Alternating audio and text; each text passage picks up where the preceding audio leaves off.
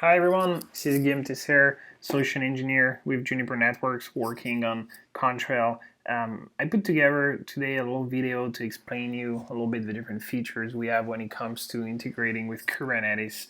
So I'll go through a bunch of these features in the next couple minutes. So we look at how we implement ECMP Load-Balancing, how we provide namespace isolation, how we integrate in the network policy framework from Kubernetes, how we implement the Ingress backend via HA proxy on Contrail. So that will be done on one setup. That's what we'll look at it first, and then I'll move to a different setup where actually we did a nested installation of Kubernetes on top of Openstack while using only a single SDN controller with Contrail. And through that, we'll see how we can customize the allocation of networks for pods. So with no further ado, let's just jump right in. So let's look at the initial setup we have. So basically in this window, what you'll see on the top left is the MX gateway. So as of right now, you can see there is only one IP in this public VRF that we're going to be using. And on the right, and on the right window and on the bottom window, it's basically the same node. So it's actually the master node. So the setup is pretty simple, as we've seen on the diagram. It's one master node and two compute, so two slave nodes. And on the left, I'm going to unfold a script that goes through my entire demonstration. And on the right, we'll be looking at some of the pod creation and some of the files. So basically, just to show you this initialization of a setup, I was showing the list of pods, the list of services, and as we can see in Contrail, there is by default two virtual networks. There's one that is the public virtual network. That's the one from which we fetch the floating IP addresses that are going to be reflected on the gateway. And there is the cluster network that has two IPAMs that are the pod IPAM and the service IPAM. So we've seen what is already there on the setup, what has been created. So the first thing we'll do is to create a simple web front-end service in the default namespace. So for that, we create a replication controller. So that's going to schedule the necessary pods. It's going to create the service. We also create the service at the same time. So as we can see, the pod is being created right now. So we already have the service. So the service was created with a load balancer type, which actually created an external IP. So this external IP is advertised to the MX gateway automatically using BGP through the control controller. So we'll be able to actually see that it's in the VRF we're taking a look at initially, and we can access from the external world this service that has just been exposed in this Kubernetes cluster. So we can see here in the ports on Contrail, we have the different IPs coming from the pod IPAM, we have the IP coming from service IPAM, and we can see the floating IP that we'll be using for this front-end service, the .35. So actually, if we refresh the routing table now, we can see that this external IP has been advertised and directly imported in the VRF. So now we have external access. So if we actually query this IP, so we do a HTTP request on this web front-end service, we'll reach this little pod. So basically it's just a small container running a web server that returns its IP address and its host name with a little funny GIF running in the background. So we've checked the, the FIP assignment, we've checked how it's propagated to the MX. Now what we're looking at is, so we see the association here between the floating IP, the pod IPs, and the service IPs. So you have all this mapping that is done automatically and nicely for you by Contrail. So you don't have to think about it or worry about it. Basically, all that happens in the background. So from a developer perspective, when you roll out your application on a Kubernetes cluster, you have nothing else to do basically than just declare what you want to run, and then Contrail in the background will pick up the information directly from the Kubernetes API server and will create the appropriate networking on the Contrail side. So typically here what we're doing is that we are actually scaling out this application. So we just ask for 7 replicas of these pods. So we can see that all the pods are being scheduled. They're getting IPs allocated from the pod IPAM. The service IPAM stays the same. And what we'll do is that we'll provide the ECMP load balancing automatically between these pods for this service. So by refreshing the list of pods, we can see that now they're all up and running. So now if we refresh our initial HTTP request, we'll see that the IP basically changes every time with the host name, and we have the ECMP load balancing that nicely is taking effect without even having us needing to configure anything on Contrail side. We just basically ask Kubernetes to scale the number of replica. And automatically we can see, when we refresh the routing table of the MX, that this prefix that we learned earlier now has different paths. So we have a BGP multipathing that is happening automatically. So now moving on to the next feature, isolated namespace. So we're going to create an isolated namespace here, and we see that on Contrail side, automatically it creates a new project with an associated virtual network. And what happens is that we create specific security groups that will then allocate to the different ports corresponding to the pods running in this isolated namespace. And that is what is going to prevent the communication from the default namespace or any other, non-isolated namespace, basically, to this isolated namespace. So we're going to schedule a couple pods in this isolated namespace. So it's Nginx servers that we're going to just use as target for ping test and to check out if we have communication between the default namespace and this isolated namespace. So we have this Ubuntu app pod that is running in the default namespace, and what we're going to do is that we're going to ping resources that are sitting in this isolated namespace. So obviously it's not working because we asked that this namespace gets isolation. So we do that through an annotation. So basically when you create your namespace, you just add an annotation that says, opencontrail.org/network isolated equal to true, and then we will we'll create the project, create the virtual network, create the security groups appropriately to isolate the resources in that namespace. So on the other hand, we're going to check that the communication inside this namespace is working just fine. So for that, we create another Ubuntu app, but this time in this in this namespace, that is isolated. So we're gonna see it coming up, and then from this new pod, we'll actually we'll ping basically the two Nginx server we created earlier. So we can see here we have the Ubuntu app isolated pod that is coming up. We created an associated port. We gave it an IP from a pod IPAM, and now if we actually run a ping from this pod to the Nginx server like we did earlier, since we are in the namespace now, that's gonna work. So that's what we're seeing here, that the ping is successful because within the namespace the communication is working okay. So now what we're gonna do is that we're gonna implement a network policy. So first we're gonna deny all the traffic in this isolated namespace. So basically through the script we just apply the annotation to deny all traffic, so then traffic immediately stops. You can see that between the pods all traffic is stopped.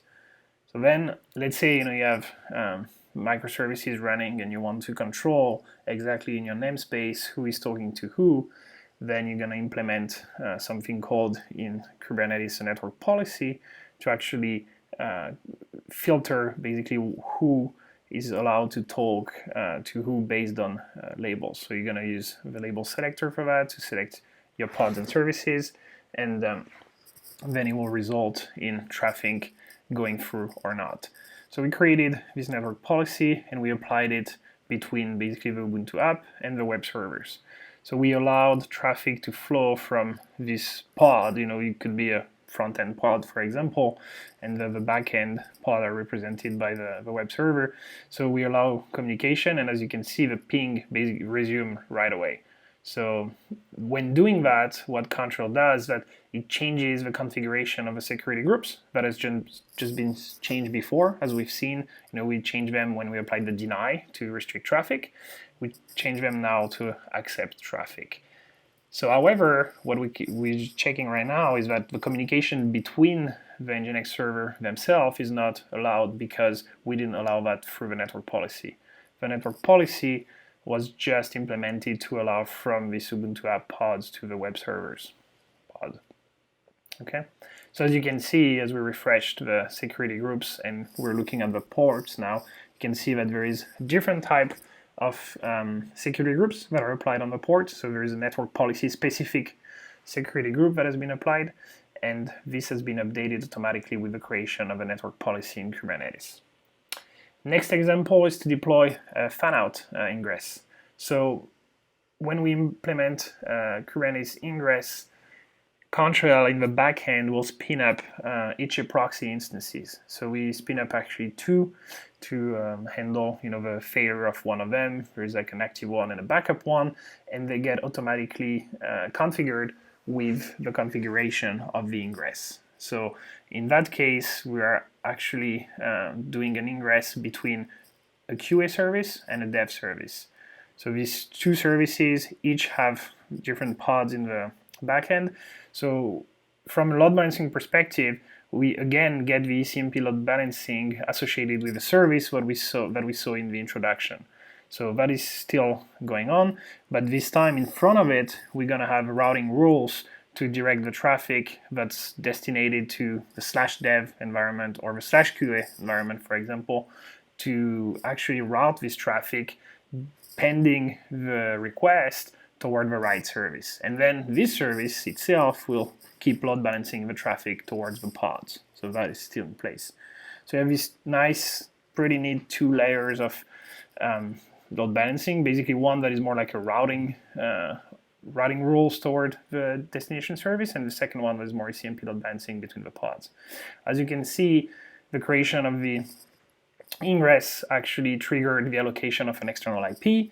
This external IP got automatically advertised to the MX, so it's now reachable from outside. So we're making sure the pods are running. So now we query this external IP /dev, and we end up on the dev service, and you can see we're load balanced between the pods that are that are sitting behind the service. Same thing with QA. Now we query /QA, and we end up in the QA environment.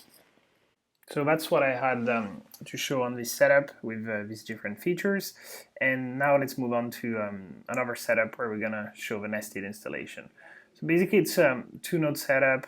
We have Openstack and Contrail running, and we're gonna see how we use Openstack to provide virtual machines in which we're gonna run Kubernetes cluster. So first we're gonna use both Openstack and Contrail to schedule the VMs for this Kubernetes cluster. So we're gonna have a master VM and a node VM. So it's standard Contrail usage, creating a virtual network, in this case virtual network blue, creating interfaces that are plugged to the vRouter to provide access to the virtual machines, and then basically you're free to do whatever you want with these virtual machines. So in this case, we're gonna install Kubernetes, so you can see the different components that are being installed, and the Contrail Kube Manager that basically allow the integration of Contrail inside a Kubernetes environment. So then we create, let's say, a virtual network green in Contrail, like we would do in an OpenStack environment to spin up virtual machines, and we create a virtual machine in this virtual network green.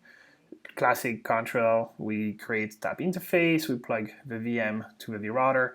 vRouter provides VRF access to this virtual network green, and so this VM has its own routing context. What we introduced with the latest release and support of Kubernetes is actually the capability to then schedule pods inside this VM and use MacVLAN actually to be able to kind of sort the traffic that is going to the pod interfaces.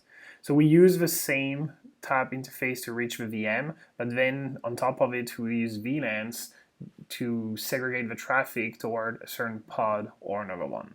So that allows us to support this nested mode of installation with both OpenStack and Kubernetes running, and we power basically the communication between the virtual machine and the pods by a combination of overlay networks, like we've been using since day one with Contrail, and sub interfaces with MacVLAN. So that is a very nice way to have one SDN layer providing networking for both virtual machines and containers. That, for example, is very useful when you're migrating workloads from virtual machines to containers, or when you still need to reach legacy applications, and basically Contrails provide a way to tie it all. So now let's actually take a look at the demo. So this was the introduction explaining what we're going to do, and now we're going to take a look at exactly how it's done. So here we have our setup. So we're looking at Horizon. We have in the admin project 2 virtual machines called Kubernetes Node, Kubernetes Master. They got both IPs allocated from Contrail, basically on this public network. So they're available, to be routed externally. There is already other virtual machines running on this cluster, and Contrail potentially provide the networking communication between these different virtual networks or not, based on policy. So basically we leave that to the user, but that's how we configure networking on our classic OpenStack Contrail integration, I would say. So here's how the CNI implementation is a tiny bit different from just plain Kubernetes. So that we basically specify the VIF type here, and we set it to MacVLAN to allow what I was showing on the slide earlier, this communication using the same type interface toward the virtual machine by using VLAN on top of it to be able to reach a pod or another. So we're going to create a specific virtual network to allow communication between the workloads on the OpenStack cluster and the workloads on the Kubernetes cluster. And we'll have Contrail provide the networking to allow communication across these different type of orchestrations, and allowing the different workloads, whether they're container runtimes or virtual machines, to be able to talk to each other.